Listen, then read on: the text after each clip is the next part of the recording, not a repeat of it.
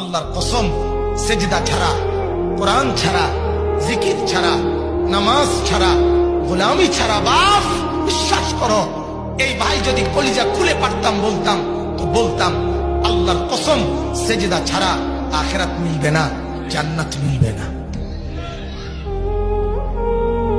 বাংলা ছাড়া দুনিয়া মিলবে, অঙ্ক ছাড়া দুনিয়া মিলবে, ইংরেজি ছাড়া দুনিয়া মিলবে, মেট্রিক ছাড়া দুনিয়া মিলবে, ইন্টারমিডিয়েট ছাড়া দুনিয়া মিলবে, তো কোরআন ছাড়া জান্নাত মিলবে না, সেজদা ছাড়া জান্নাত মিলবে না।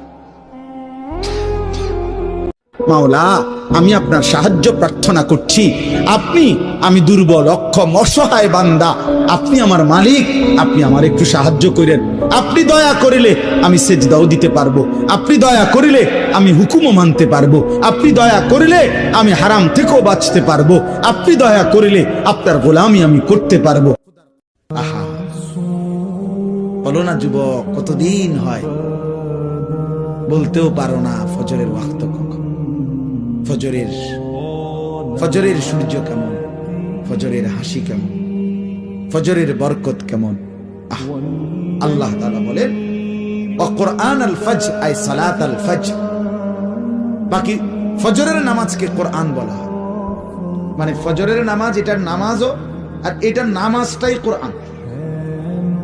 তাফসিরে লিখছে মানে হলো এই, ফজরের নামাজ যেন কোরআনুল কারীমের লম্বা তেলাওয়াত দিয়ে মোড়াইয়া প্যাকেটিং করিয়া ফজরের নামাজ দেওয়া হয়েছে। ফজরের নামাজ যেন কোরআন মোড়ানো, কোরআন দ্বারা প্যাকেটিং করা, এই জন্য ফজরের নামাজের তেলাওয়াত কোরআন শরীফ লম্বা হয়। লম্বা হয় না? হ্যাঁ, লম্বা তেলাওয়াত স্বাভাবিক। যেই কোনো ইমাম 4 ওয়াক্ত নামাজের চাইতে ফজরের ওয়াক্তে কোনো বান্দা যখন আল্লাহর জিকির করতে থাকে, আল্লাহরে ডাকতে থাকে, তখন আল্লাহ বারবার বলে কিছু চাইবা, বলো কিছু চাইবা। তো ওই বান্দা যখন আর চায় না, কিন্তু আল্লাহরে ডাকা বন্ধ করে না, তো হাদিসের মধ্যে আছে আল্লাহ তাআলা তখন বলে, আচ্ছা বান্দা, তুমি আমারে ডাকতে থাকো, আমি তোমার প্রয়োজন পূরণ করতে থাকি।